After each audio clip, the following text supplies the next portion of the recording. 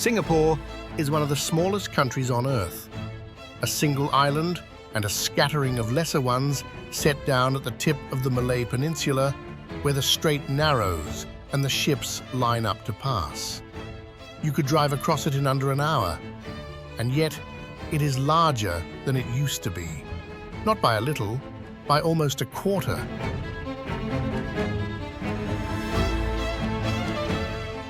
When Singapore became a nation in 1965, it covered roughly 580 square kilometers. Today, it covers more than 720. Somewhere out there, beyond the old shoreline, lie more than 100 square kilometers of ground that did not exist when the country was born. It did not win that land in a war. It did not annex a neighbor. There was no treaty, no conquest, no inheritance. It bought the land. Or rather, it bought the sand, by the shipload, by the millions of tons, and it poured that sand into the sea until the sea became solid, and the solid became a country. The people here have a word for this. They call it reclamation, as though the land were being taken back, as though it had always been theirs and the water had only borrowed it. But there was never any land here to reclaim. There was a coastline, and beyond it, the open strait. Everything past that line is new, made, willed into being one barge at a time. And the sea, which was here first, has not forgotten. How does a nation come to stand on ground of its own making? And what does it owe for it?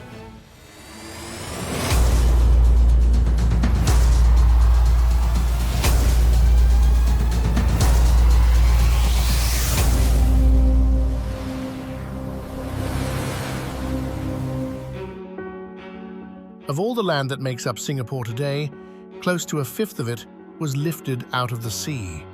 The financial district, the airport, the largest port in the region, whole neighborhoods, whole islands, stand on fill that was dredged from somewhere else and shaped into ground.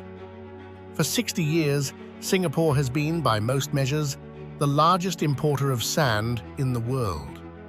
More than 500 million tons of it hauled in from its neighbors to build the country up and out. To understand why a nation would do this, why it would manufacture its own territory and keep manufacturing it, you have to go back to the beginning, to the storm and the lion and the prince who threw his crown into the sea.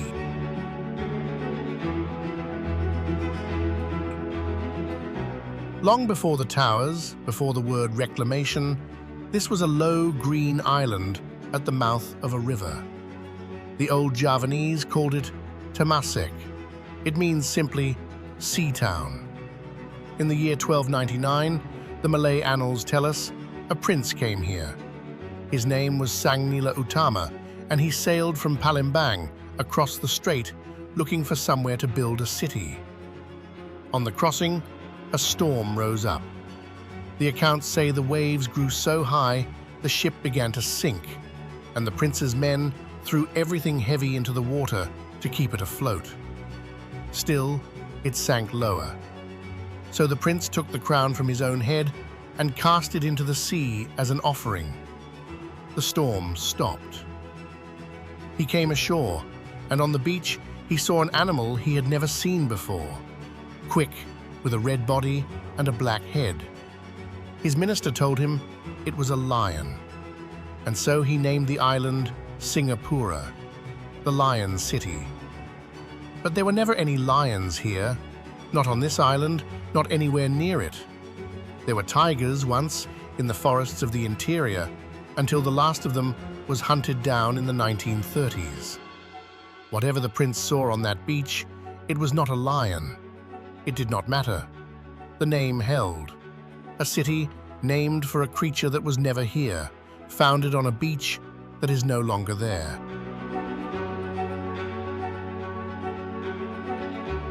It would not be the last thing in Singapore to be willed into being and believed. There is one more relic of the old island worth pausing on, because of what became of it. At the mouth of the Singapore River, once stood a great slab of sandstone, taller than a man, covered in rows of an ancient script. No one has ever been able to read it. It may be 500 years old or far older. A message from the Temasek that existed before Raffles, before the colony, before the nation, carved in a language that died with the people who wrote it. In 1843, the British blew it up. They were widening the river mouth for shipping, and the stone was in the way, so they broke it apart with gunpowder. A few fragments were saved almost by accident. One sits in the National Museum today, its writing still unread. It was, in a sense, the first reclamation. The first time the island's oldest ground was cleared away to make room for what the harbour needed. The message it carried, whatever it said, is gone for good. But not everything here was made, or moved, or lost. In a handful of fast streams, on the high ground that the dredgers never reached, lives a creature found nowhere else on Earth: the Singapore freshwater crab. Small enough to sit in the palm of a hand, pale and unassuming, it has spent untold ages in these few hillside waters and nowhere beyond them. It cannot live in the sea.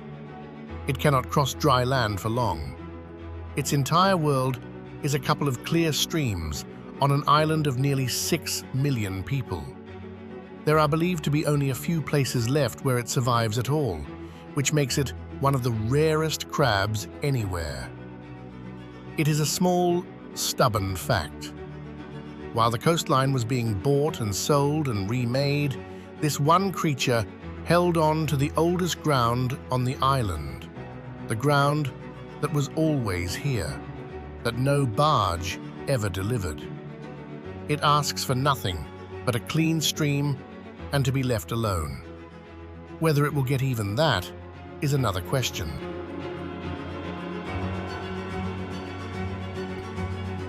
For 5 centuries after the prince, Temasek was a small thing, a trading outpost, then a near-empty island shadowed by pirates, passed between the powers of the region and largely overlooked by them.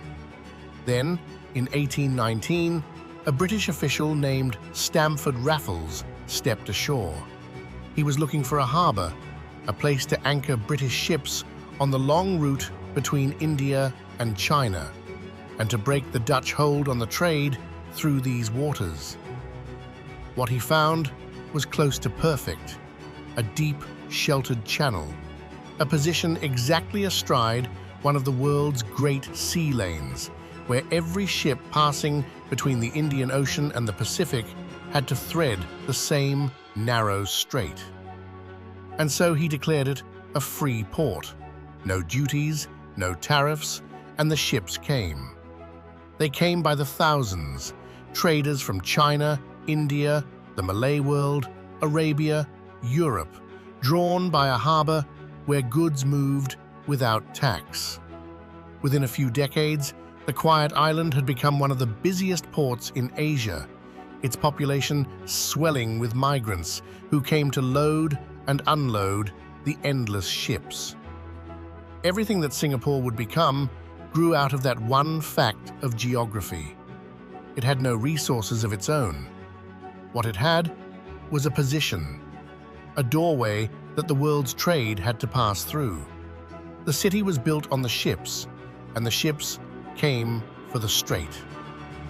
It is worth remembering when you watch what this country was later willing to do to the sea. The sea was never just scenery here, it was the whole reason the place existed.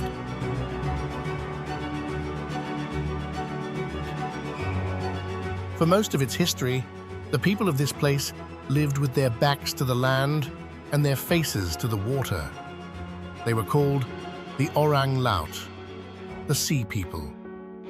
For generations, they lived in boats and stilt houses along these shores, moving with the tides, fishing the shallows, reading the channels between the islands, the way a farmer reads a field. And there were islands, many of them. In the 1960s, before the dredgers came, Singapore was not one island, but a constellation. Around 77 of them, large and small, scattered across these waters. Today, there are about 64. The others did not sink. They were joined, fused together by fill, swallowed into larger landmasses, their names surviving only on old maps. The fishing villages went with them. The kampongs on stilts, the kilongs, the great wooden fishing platforms that stood out in the water on poles, the prawn farms, the quiet harbors where the sea people had pulled their boats up for generations. And below the waterline, something else was lost. When the reclamation began in earnest, the dredgers tore through the reefs that ringed the coast. By most counts, Singapore lost close to 2/3 of its coral. The mangroves that had held the shoreline together for thousands of years were buried under sand and concrete.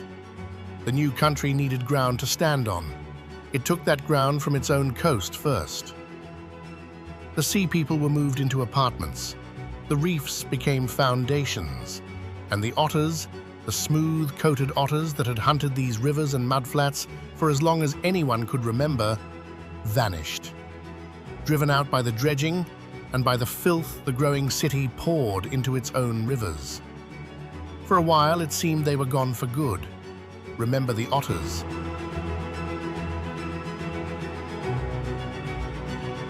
For most of its modern history, Singapore was not its own country. It was a British colony, then, briefly, part of a larger federation with Malaysia. That union did not last. In 1965, after 2 years of friction, Singapore was expelled, pushed out of Malaysia, made independent against its will. Its Prime Minister, Lee Kuan Yew, announced the separation on television and wept. It is hard now to grasp how unpromising the situation was. A small, crowded island with no natural resources, no farmland to speak of, no military, and not even enough fresh water to supply itself. It imported its water, its food, very nearly everything. By the ordinary logic of nations, it had no obvious reason to survive as a country at all. The question that hung over those early years was simple and brutal. How does a place like this last? The answer the country arrived at was not patience and not luck.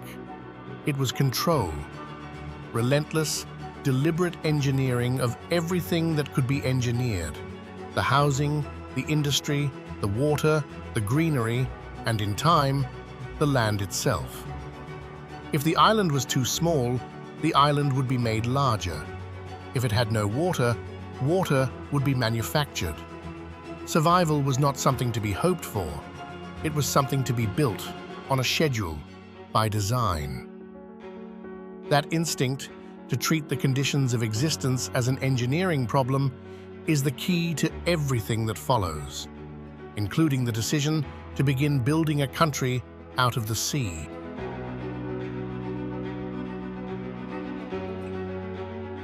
If you stand today on the waterfront at Marina Bay, you are standing on water, not above it, on it. The ground beneath your feet, the promenade, the towers, the great hotel with the ship balanced across its 3 columns. All of it sits on land that was open sea within living memory. The story of modern Singapore's reclamation begins just east of here, in the 1960s, with a project so large they simply called it the Great Reclamation. Engineers flatten the hills inland at Siglap and Tampines, and they carry the earth down to the coast and push it out into the sea. 1,500 hectares of new land rise along the southeastern shore. It becomes East Coast Park and the expressway that runs to the airport and row after row of housing. The method is not complicated, but it is slow and it is enormous. First, you build a wall, a containment bund of rock and sand around the patch of sea you mean to claim. Then you pump in fill, dredged from the seabed or shipped in, until it rises above the waterline. The new ground is too soft to build on at first, so you pile yet more sand on top of it, a great weight of surcharge, and you wait, sometimes for years, while the water is squeezed out and the land settles and hardens beneath the load. Only then can the towers go up. Every reclaimed district in Singapore passed through that patient, invisible process. The skyline that looks so permanent stood, not long ago, as a wet grey field of settling sand, waiting to become solid enough to trust.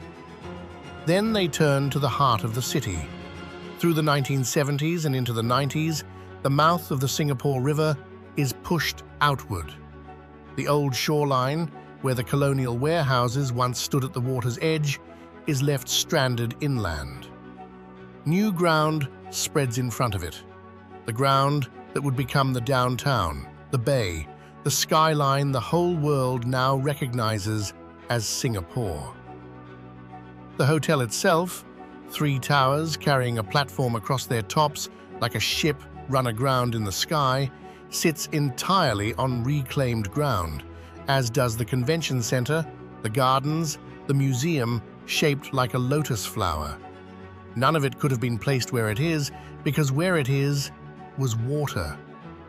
To make room for the modern downtown, the country moved earth and sand by the tens of millions of cubic meters and pushed the city out over the bay. They even dammed the bay. A barrage was built across its mouth, sealing the sea out and turning the salt water inside into a freshwater reservoir, a source of drinking water in the middle of the financial district. The river that gave the island its first name now empties into a lake that did not exist 25 years ago. It is a strange thing to grasp, standing there.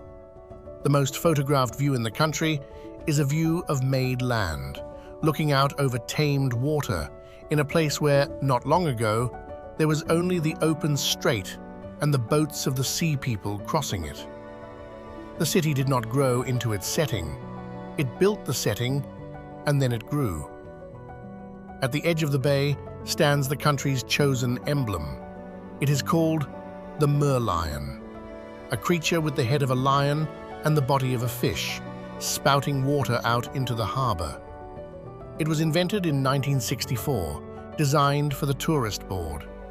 The lion's head reaches back to the prince's story, to the beast that was never really there. The fishtail reaches back further, to Temasek, to the sea town, to the fishing island this all began as. A made symbol for a made place, half a myth that never happened, and half a memory of what was paved over.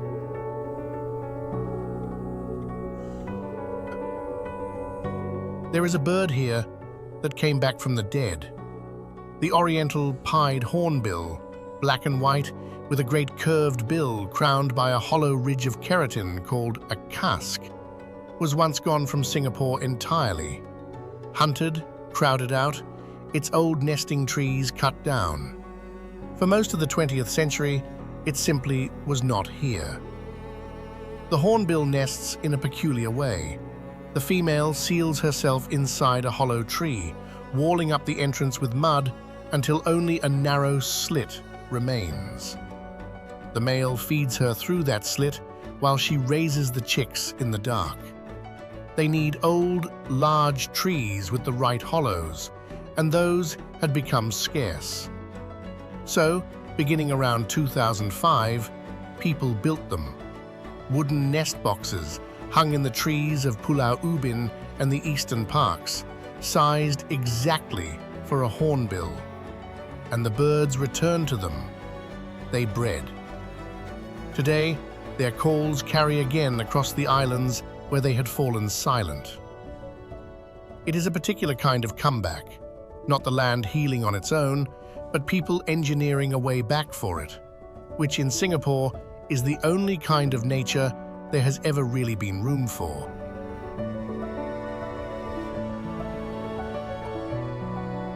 It is easy, talking about sand and sea walls, to forget that nearly 6 million people live on this made land, and that most of them live in homes the state built for them. When Singapore became independent, much of its population lived in crowded shophouses and in kampongs, village settlements often on stilts over the water or clustered along the shore. Within a generation, almost all of that was gone. In its place rose the apartment blocks of the Housing and Development Board. Today, around 8 in 10 Singaporeans live in these flats, most of them owning the homes they live in. Something was lost in that change. The kampong life, the closeness of it, the chickens and the shared courtyards and the sea at the doorstep survives now mostly in memory.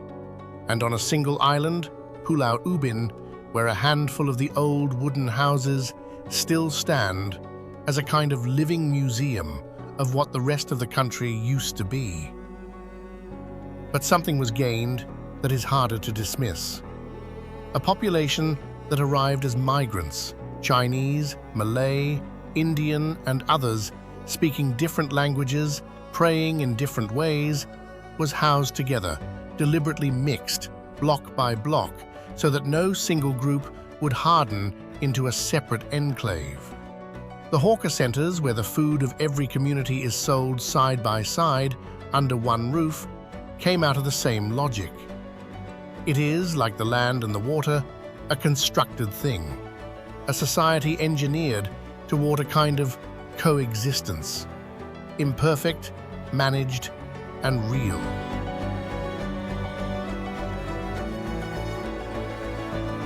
All of this, the bay, the airport, the parks, the islands joined into one, required one thing above all others: sand. An enormous, almost unimaginable quantity of sand. In the early years, Singapore could find it at home. It flattened its own hills and dredged its own seabed. But an island this small runs out of hills quickly. By the 1980s, the local sand was gone, and the only way to keep building was to bring it in from somewhere else. So the country began to import the ground it stood on. And because no nation has ever needed sand the way Singapore needed sand, it became, for 2 decades, the largest sand importer on the planet. More than 500 million tons of it. At first it came from Indonesia. Whole sandbars and seabeds off the Riau Islands were dredged and shipped north. Then, in 2007, Indonesia stopped. It banned the export of sand to Singapore, officially for the environment, though the timing, in the middle of a diplomatic dispute, told its own story. When the Indonesian sand stopped, the price in Singapore spiked, and construction across the city slowed almost to a halt. So the buyers moved on.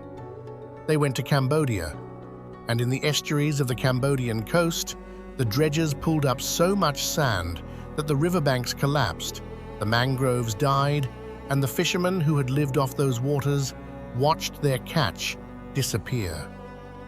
Investigators found that the trade enriched a handful of well-connected men and left the coastal villages with the wreckage. In 2017, after years of pressure, Cambodia banned it too. Then Malaysia, the source of almost all of Singapore's sand by then. In 2018, its government quietly banned sea sand exports as well. One of its leaders said plainly what others had only implied. He did not see why his country's land should be carried away to make his wealthier neighbor larger. And where the legal sand ran out, an illegal trade grew up to replace it. Off the coasts of Indonesia and Malaysia, smugglers worked at night, dredging beaches and seabeds in the dark and selling the sand on. In Indonesia, it is said that more than 20 small islands have simply disappeared over the years. Dredged away, lowered beneath the waves, gone from the map. Sand that had been land somewhere else became land here instead. One by one, the neighbors closed the door. An architect once described Singapore's situation as a kind of original debt, that for the country to exist at all, land has to keep being introduced, brought in from outside, forever. But the lenders were running out, and the bill, it turned out, had been paid in someone else's coastline all along.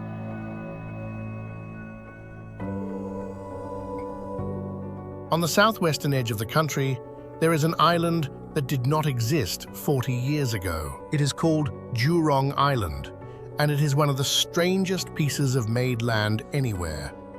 It was assembled in the 1990s and after out of 7 separate small islands, dredged, filled, and joined together into a single landmass. And onto that manufactured island, the country moved its heaviest industry: oil refineries, chemical plants, a dense forest of steel towers and pipework, and storage tanks. Today, Jurong Island is one of the major petrochemical and refining hubs in the world. A nation with no oil of its own refines and processes enormous quantities of it here, on ground that was, within living memory, 7 scattered islands and the water between them. There is a pattern to it by now, familiar and a little dizzying. The country has no oil, so it builds an island to refine other people's oil. It has no land, so it makes land. It has no resource but its position and its will, and it turns that position and that will into everything else. Jurong Island is closed to the public. Most Singaporeans will never see it. But it sits out there in the southwest, quietly earning a fortune on 7 islands that have become one.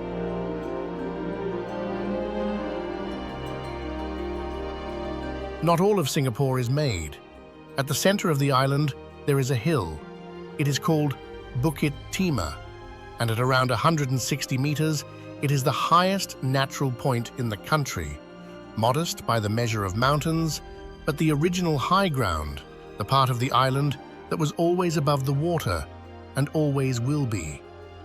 On its slopes survives something rare, a patch of primary rainforest, never cleared, older than the city, older than the nation, older than the name. It is a peculiar thing to find in one of the densest cities on Earth, a fragment of genuine ancient jungle, loud with insects, where by some counts, a single hillside holds more tree species than all of North America. The expressways roar past a few hundred meters away. Inside, under the canopy, it is another world, and an older one. This is the ground the question of reclamation never touched, the land that did not have to be bought, because it was here before there was anyone to buy it. Stand on Bukit Timah, and you are standing on the real island, the small green original that all the made land was added to.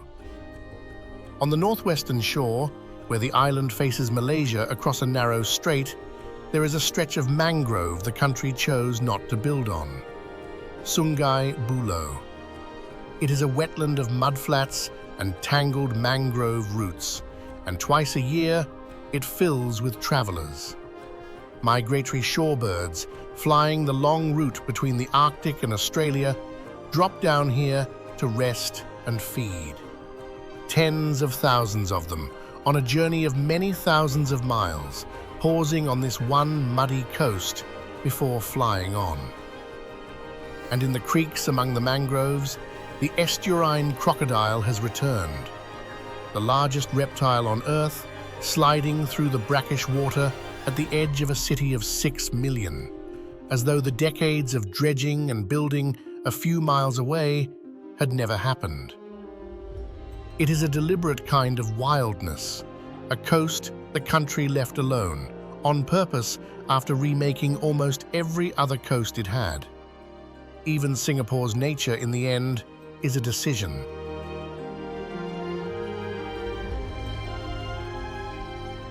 There is another side to all of this. The same instinct that built land out of the sea also built a forest out of a city.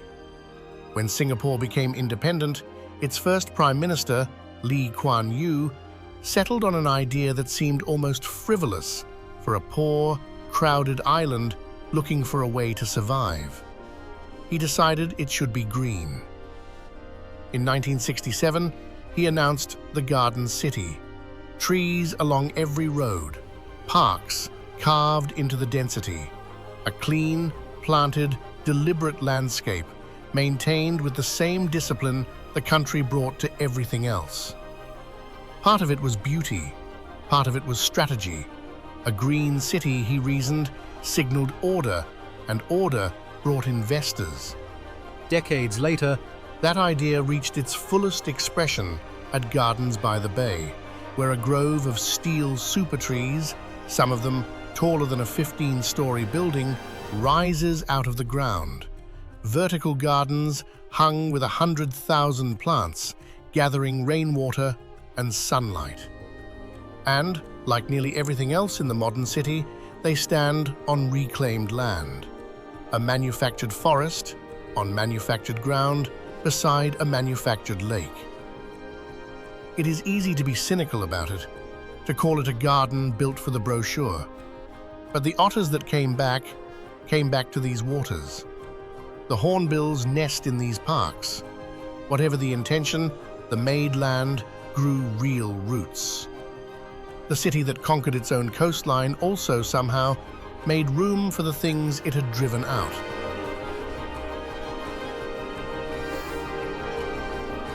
Just off the southern coast lies an island the country has turned into a playground. It is called Sentosa now, a name that means peace and tranquility. It was not always called that. In an earlier age, it was Pulau Belakang Mati, which is usually translated as the Island of Death Behind.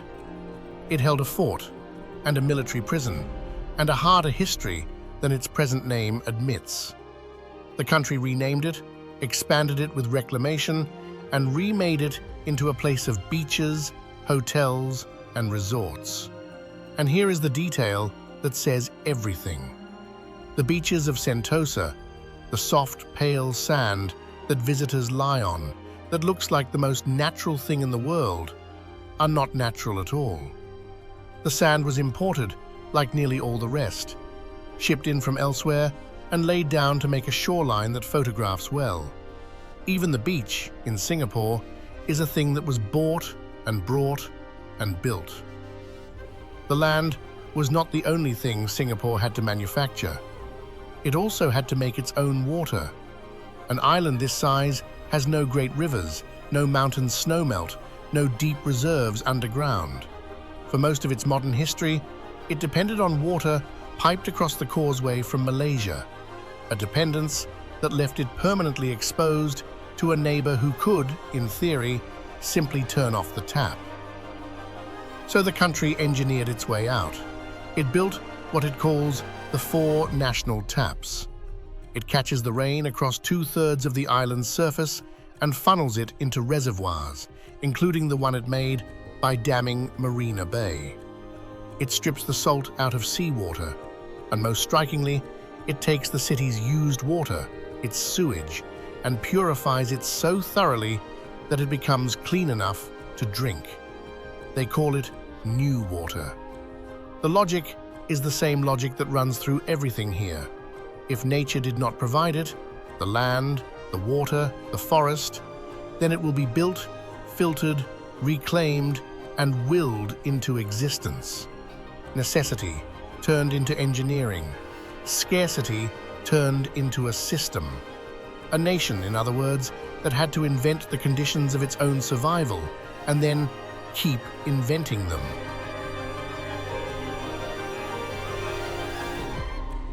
Which brings us back to the otters. By the 1970s, the smooth-coated otters of Singapore were effectively gone. The rivers they hunted had become open drains, choked with rubbish, sewage, the runoff of a hardening city. The reclamation had torn up their coast, and the pollution had finished the job. An animal that had lived along these shores for as long as there were shores had been pushed off the island entirely. Then, in 1977, the government did something characteristic. It decided to fix the rivers. By decree, by plan, on a deadline. Over the next 10 years, it clears the squatters and the polluting industries off the riverbanks. It dredges out the filth. It rebuilds the waterways until the water runs clean enough to hold fish again. And in 1998, the otters came back. Not released, not reintroduced, they simply returned on their own, swimming across the strait from Malaysia, slipping back into rivers that were finally clean enough to live in. Today, there are around 90 of them, in something like 10 family groups, threaded through the heart of the city. They hunt in the reservoir at Marina Bay. They raise their pups in the ponds at Gardens by the Bay. They cross the promenades at dawn in single file, a line of dark backs moving past the towers. And here is the strange part. The coast those otters were driven from no longer exists. It was dredged up and built over decades ago. So the otters that came home did not come home to their old shore. They came home to the made land, to the reservoirs and the planted gardens and the reclaimed bay that stand where the old coast used to be. They are living now on the very ground that displaced them.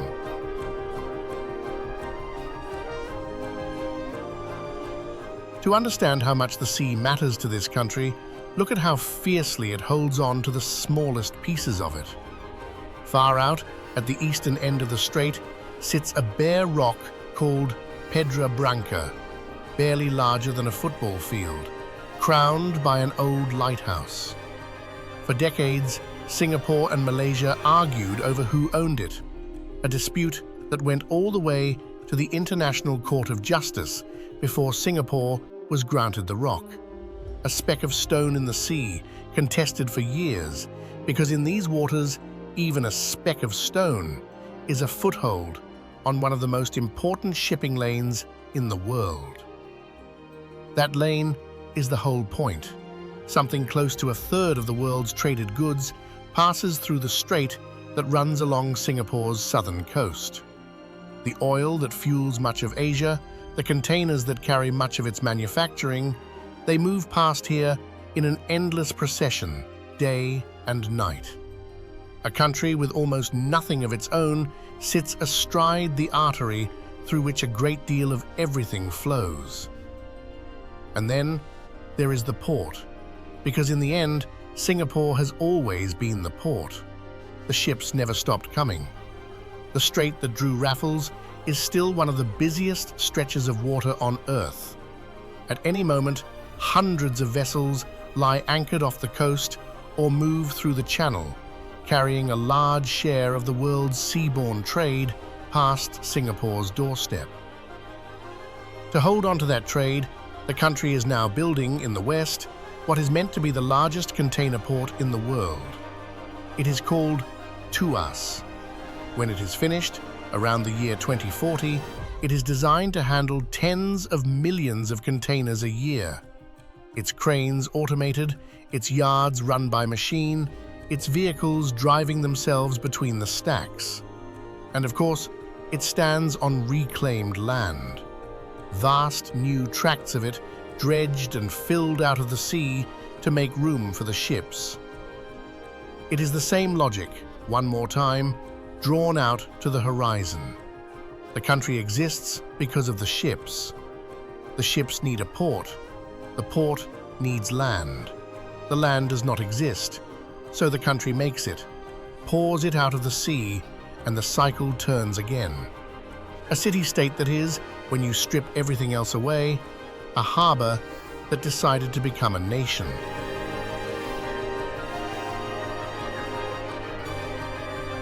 The ships were never the only things arriving. The aircraft needed somewhere to land too, and on an island with no spare flat ground, that somewhere had to be made.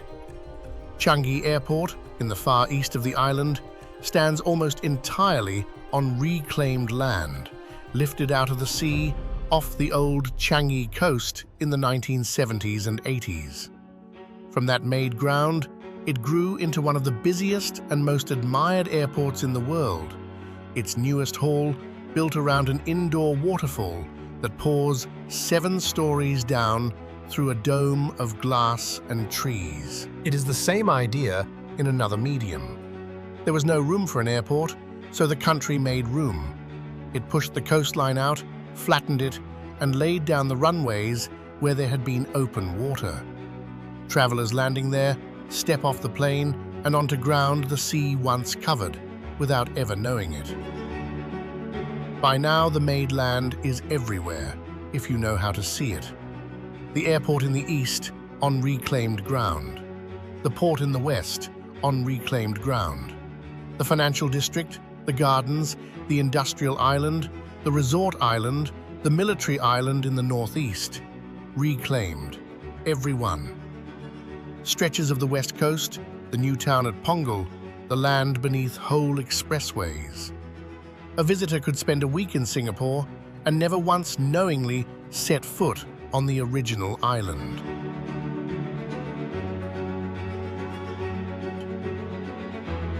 For 60 years, Singapore built outward because it needed room. More people, more port, more city than the original island could hold. But the reason it builds now has changed. Roughly a third of Singapore sits less than 5 meters above the sea. Marina Bay, the made downtown, the reclaimed heart of the country, is among the lowest ground of all. And the sea is rising. The projections for this coast put the rise at more than a meter by the end of the century, before storm surge and high tides are even counted.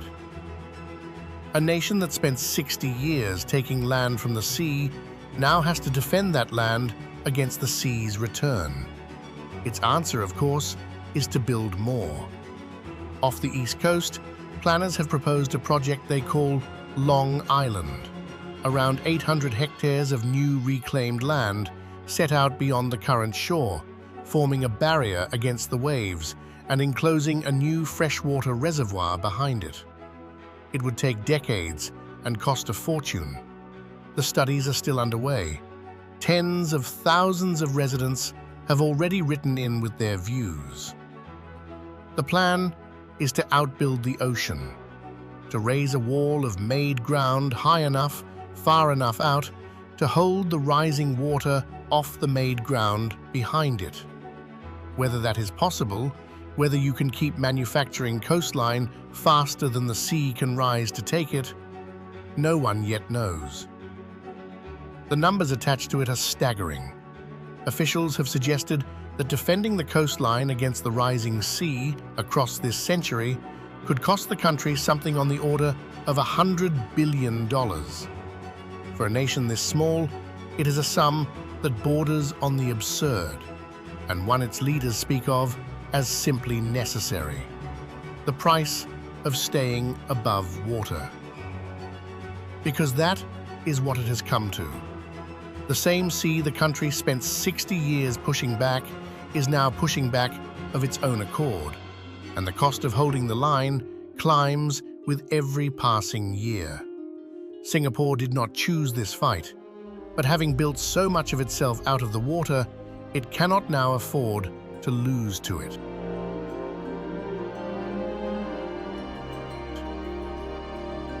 Out on Pulau Ubin, on the last island that still looks the way these islands used to look, there is a small animal that knows something about waiting things out. The greater mouse deer is not a deer at all. It is one of the smallest hoofed animals in the world.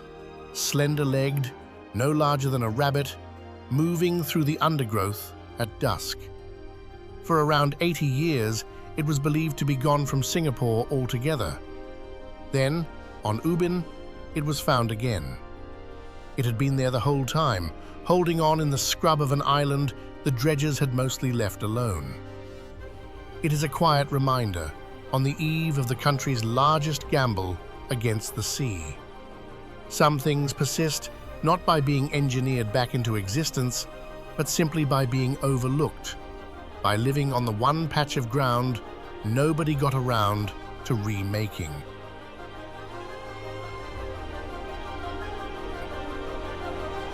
To see where all of this is heading, you have to go to an island in the northeast that most Singaporeans never set foot on. Pulau Tekong. Tekong was once two separate islands, divided by a channel of water. In the 1990s, Reclamation joined them, fused the two into one, and made it the largest of Singapore's outer islands. For decades, it has been closed to the public, used by the military to train its soldiers. And it is here, on Tekong, that Singapore has done something it had never done before. For 60 years, every acre of land the country made was made the same way. You wall off a patch of sea and you fill it with sand, millions of tons of it, until the floor of the sea rises above the waterline and becomes dry ground. It is simple, and it is brutally hungry for sand. The sand the neighbors had stopped selling. So on Tekong, the engineers borrowed an idea from the other side of the world, from the Netherlands, where for centuries people have lived on land that sits below the level of the sea. Instead of filling the sea up, you wall a section of it off with a great dike, and then you pump the water out from inside. What is left, behind the wall, is dry land. But dry land that lies below the surface of the sea around it, kept dry only by the pumps that run day and night. They call it a polder. In 2025, the work is finished. Behind the dike, the water has been drained, and 800 hectares of new land lie open to the sky. 2 new towns worth of ground, reclaimed using nearly half the sand the old method would have demanded. Stand on it, and you are standing below the sea. The water is right there, on the other side of the wall, higher than your feet. The whole place exists only because a row of pumps keeps it that way. And that is the paradox of Singapore, drawn down to a single image. A nation that spent 60 years lifting land out of the water now builds its newest land beneath the water and holds the sea out by force with engines on the very coast where that same sea is rising to take it all back. The prince threw his crown into the sea to calm a storm. 800 years later, his city is still bargaining with the same water. Only now, the offering is not a crown. It is a wall and a pump and the endless promise to keep building. The reclamation never ends. It was never going to. That was the bargain from the start. There is that word again, reclamation. It is a quiet, official word, and it does a quiet, official kind of work. To reclaim is to take back something that was yours. The word tells you the land belonged to Singapore all along, and the sea was merely holding it. That building a country out of dredged sand is not conquest or invention, but a kind of homecoming. But there was never any land here to take back. There was a coast and the sea and the boats of the sea people crossing between the islands. Everything past the old shoreline is new. The word reclamation hides that, hides the fill, hides the dredges, hides the question of where all that sand came from and whose shore it used to be. The ground you stand on at Marina Bay was a Cambodian riverbed once, or an Indonesian seabed, or a Malaysian beach. It was lifted out of someone else's coast and carried here and pressed flat. The debt for it was real. It was simply paid somewhere far enough away that the people walking the promenade would never see it. And the lion. The prince saw a creature on the beach that was never there and named a nation for it. And the name became true by being believed. The land is the same. It was never here, and then it was, because a country decided it would be and poured the sea full until the fiction became a place you could stand on. That is the thing to understand about Singapore. It is not a country that was given much. No oil, no rivers, no farmland, barely an island. It is a country that manufactured, more or less, the conditions of its own existence. The land, the water, the forest, the very ground of the capital, and then committed itself to manufacturing them forever, because the day it stops is the day the sea comes back. The otters cross the Maid Bay at dawn. The hornbills call from the planted trees. The little crab holds on in its hillside stream, on the one piece of ground that was always here. Life has settled onto the willed land as though it were real, because by now it is. But the water is rising. The polder holds because the pumps run. The neighbors have closed their doors, and the wall against the sea is still, even now, only on the drawing board. How long can a nation keep building the ground beneath its own feet? And what happens on the day it can no longer build fast enough? No one in Singapore can tell you. They only know that they cannot stop.